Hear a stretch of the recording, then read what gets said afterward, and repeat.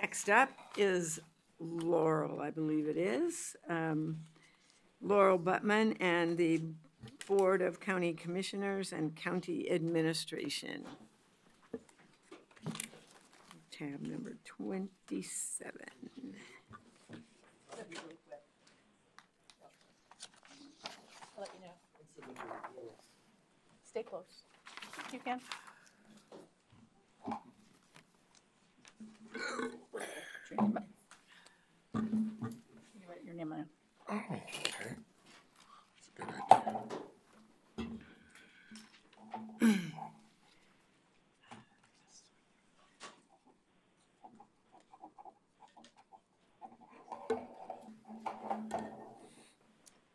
Good afternoon, and thank you all. Before we get started, I wanted to point out a couple of things. Tom, you asked about if we had a capital plan. Though we don't have a comprehensive capital plan, we do have a master plan for our facilities up here. So, Oh, up there? yeah, up here. Also, I wanted to actually give Jennifer Chambers a few props. She's been through 3 budget overhauls, so she's going to be very useful to us coming up here. She most recently closed down Merrillhurst. And Laurel, let me just point out that on the agenda, we actually have a half hour scheduled for this. So 15 for presentation, 15 for Q&A. And then we'll discuss our next steps, whether that's deliberation or a break. Absolutely. Can committee take a determine whole that. lot less than that. So I'm happy today to present the budget for the County Commission and County Administration. We present these together. So I'm presenting for County Administration, which is Gary's department, and also for the commissioners up here. So we will start with our missions. The board, basically the Board of County Commissioners is the governing and policy directing body for the county. And so they direct the county administration departments in ways that help the public experience responsive and effective government. County administration provides leadership, support, and problem solving to the commissioners, yes, but also to departments and members of our community to provide and so they can experience responsive and effective government. I will tell you that the Board of County Commissioners budget, proposed budget is about $1.9 million this year. They have 5 FTE that's comprised of the commissioners. And county administration is proposing a $2.57 million budget and has 13.42 FTE. And also, we've been through the Managing for Results a number of years ago, well, maybe about 3 years ago, 4 years ago. And we have currently got 5 programs in county administration. We are looking forward to revisiting our MFR plan soon, and we'll likely change our programs and maybe reduce them. And we'll definitely be changing some of our performance measures as well. It's time for a relook. We've got a new administrator, and he's got some ideas, and so we're ready to go on that. Excited about it. So for our budget, you can see where we are here. It's pretty straightforward. We're in the general fund, so we don't keep anything. We don't have carryover or anything like that in our budget, and in these 2 budgets combined. So budget reductions. So in our initial reductions, they totaled $24,700, and I pulled out a few things, but if you add these up, it doesn't come up to $24,700. I just wanted to let you know that, but just a few things I wanted to highlight.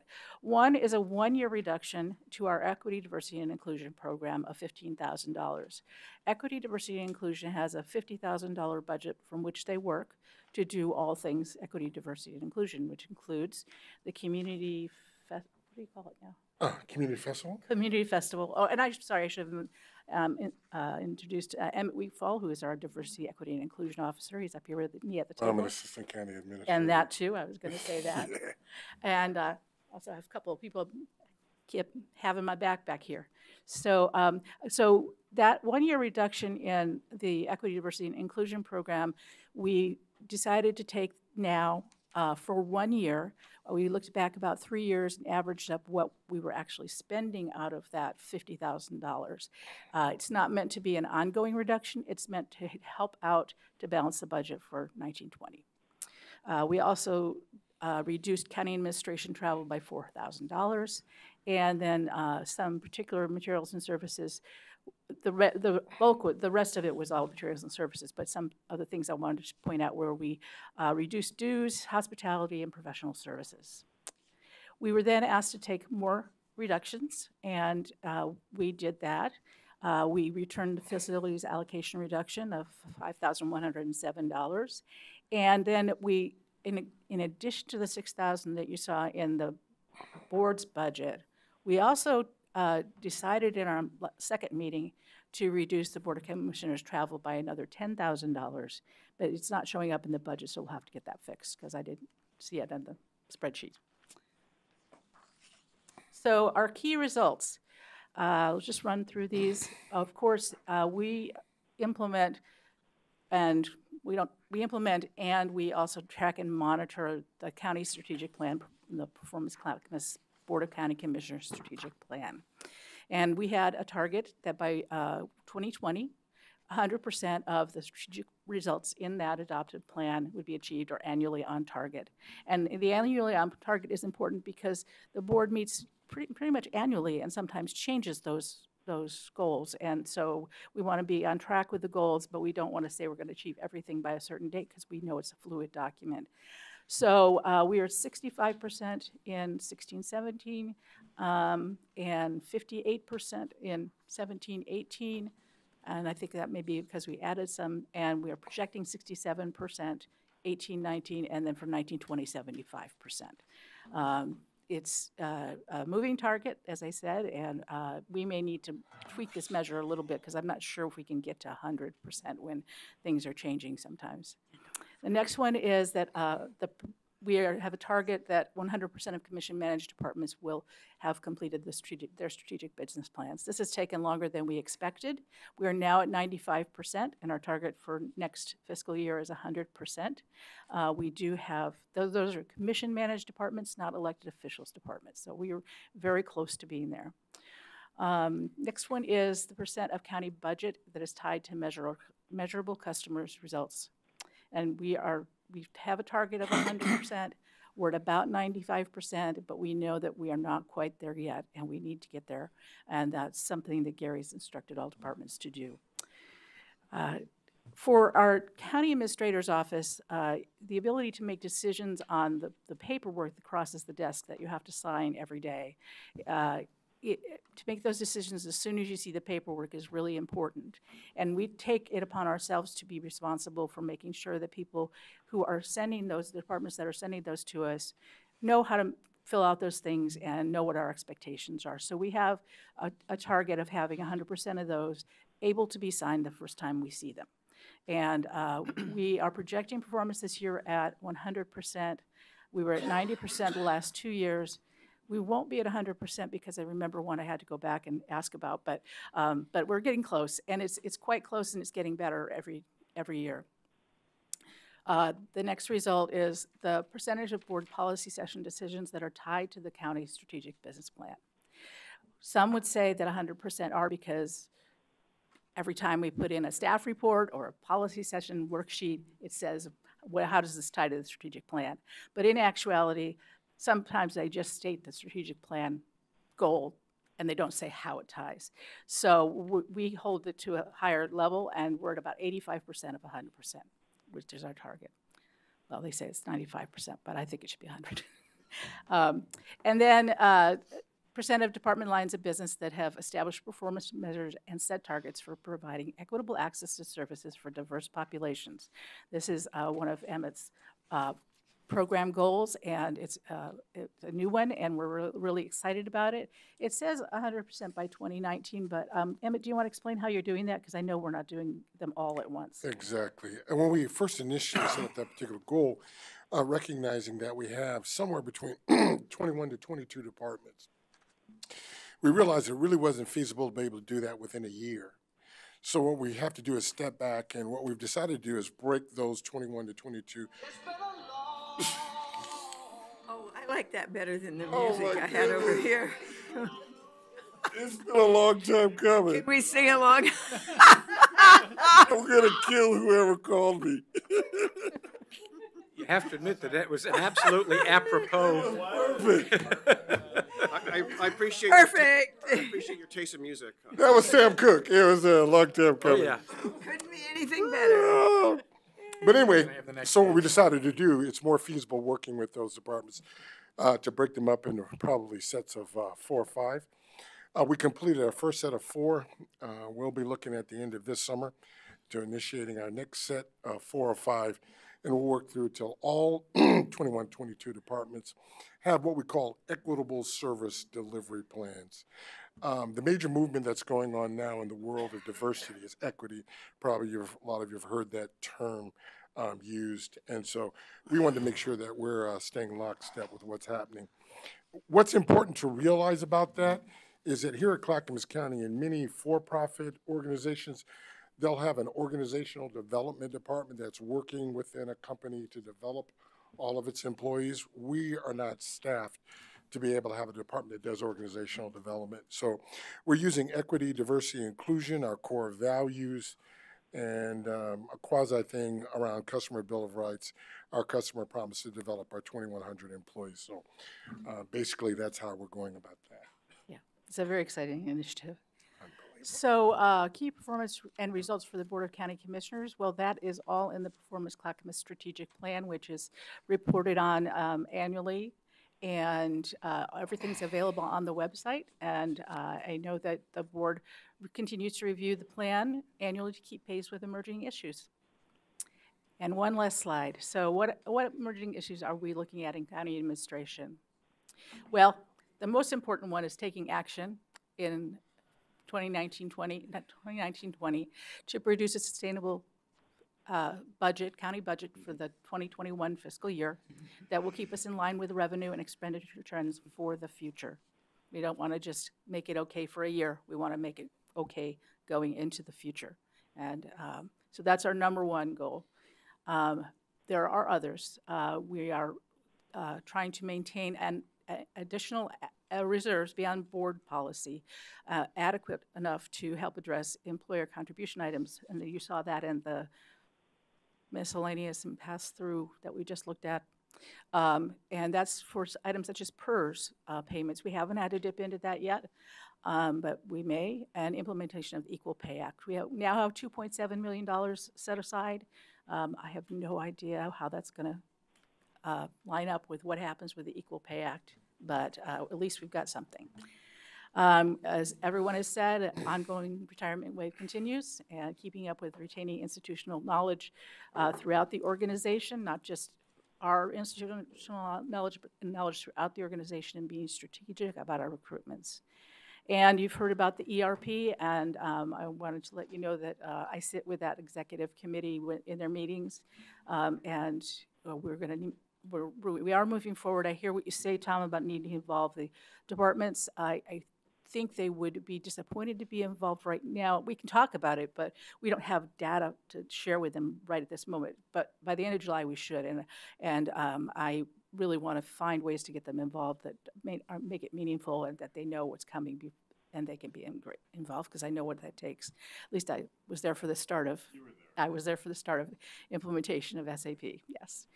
And construction of a new courthouse and planning for new facilities. We've got on the list a jail, emergency operations and 911 call center, juvenile building. We also have slated a place in our master plan for a new family justice center.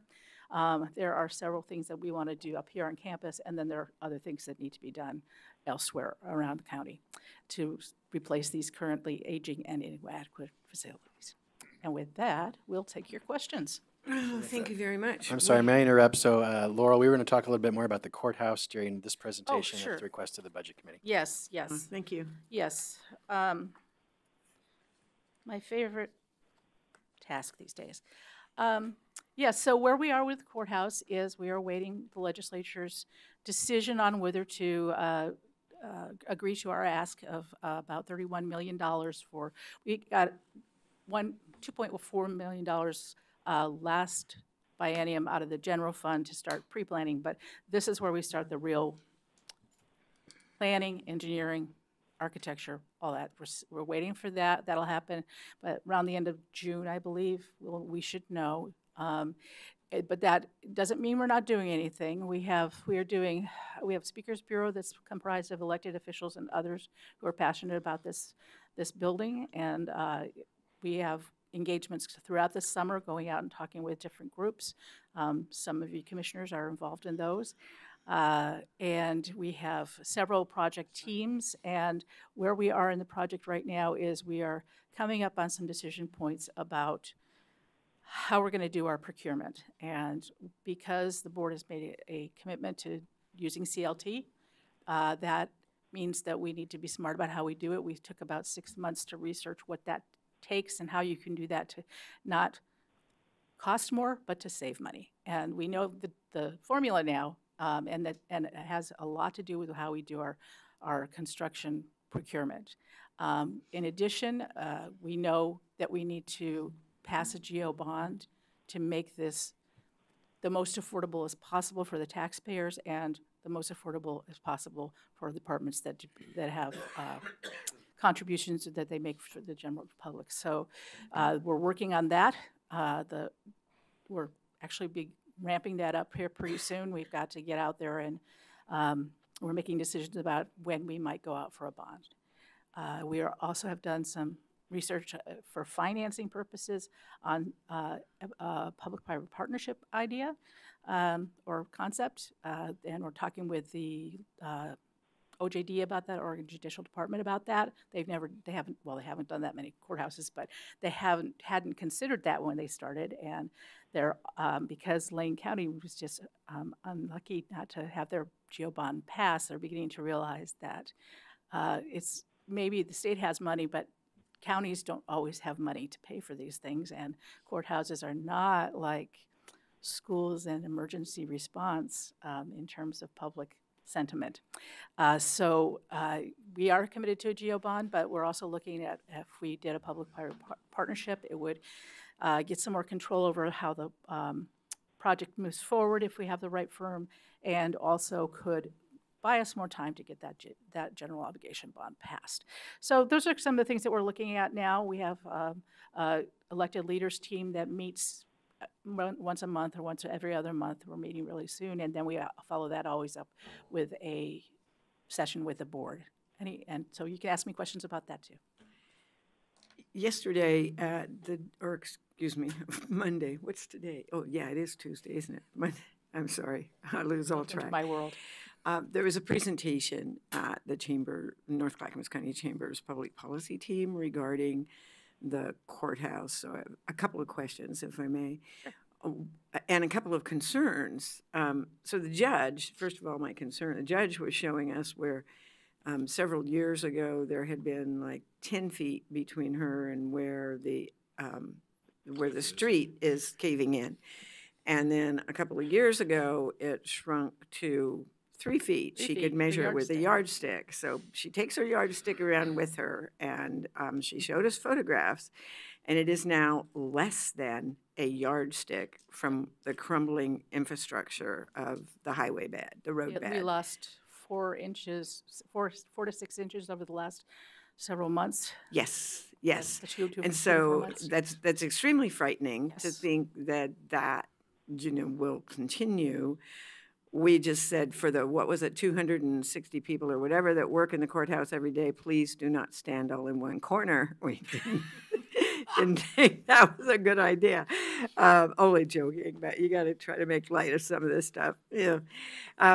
It was also mentioned about the relocation of a couple of other buildings up here on the Red Soils campus to make room for the new courthouse. Can you speak to that, and when would that move and demolition of those buildings take place?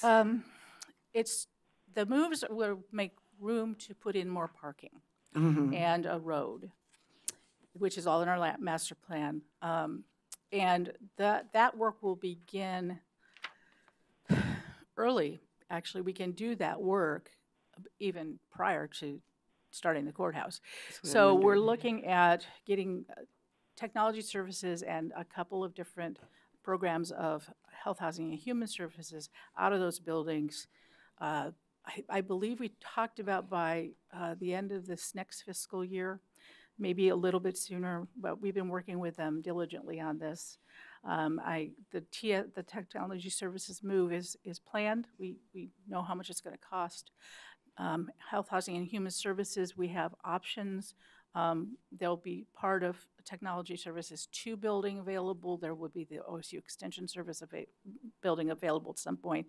There may be room in the one of these 2 buildings for temporary moves, but I know that Health, Housing, and Human Services is looking at a new location to co-locate a lot of their services in a more accessible place for their clientele. So that's a longer discussion that we're engaged in with them. We also will be improving the parking at the gravel parking lot, and that means that we will need to move what they lovingly call the annex, the juvenile annex, which is that portable, and in Oregon City we can't move a portable without it becoming a new building that has to go through a whole bunch, so we will probably just take that out. So I was a little surprised to see so much flat surface parking in addition to what already is on the campus, and then the surface parking there. And I wondered if any consideration had been given to perhaps a parking garage for staff and then leaving the surface parking, which all looked like impervious space to me. So yes. I wasn't sure about that. Yes, there has, absolutely. The parking garage costs about as Oh, much I as the know, they're courthouse. expensive $35,000 a for stall. each stall. Minimum. Yeah, so, Yeah. that's So I know, it's darn a expensive. financial issue. So we have a parking garage in our master plan, but we can't afford to do both at once. Okay, Does that make but sense? future. Yes, And I think that's absolutely. important for people to know that, Yeah. you know, and especially as technology of automobiles changes and Yes. one thing and another. The other thing that was mentioned was working with TriMet on getting additional transit service up here, because once you have a new courthouse up here, that's going to mean Absolutely. a higher load on that transit-oriented facility. That's so- absolutely true, and TriMet goes where the riders are. So we have had a few preliminary conversations, but those will ramp up. They know it's coming. So it's kind of a chicken and egg. When do you put those facilities in? I mean, we're going to have probably some signalization to do as well. And the other thing that we're working on is thinking about how people get fed.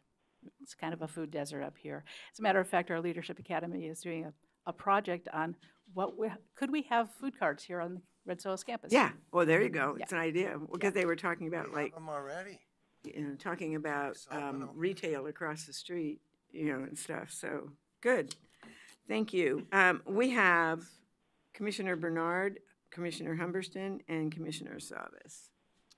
So in addition, there's a possibility, well, we're going to do a survey, but you may also include 911, which is paid for by the, By the state. and fed- no, by the partners. Oh, yeah.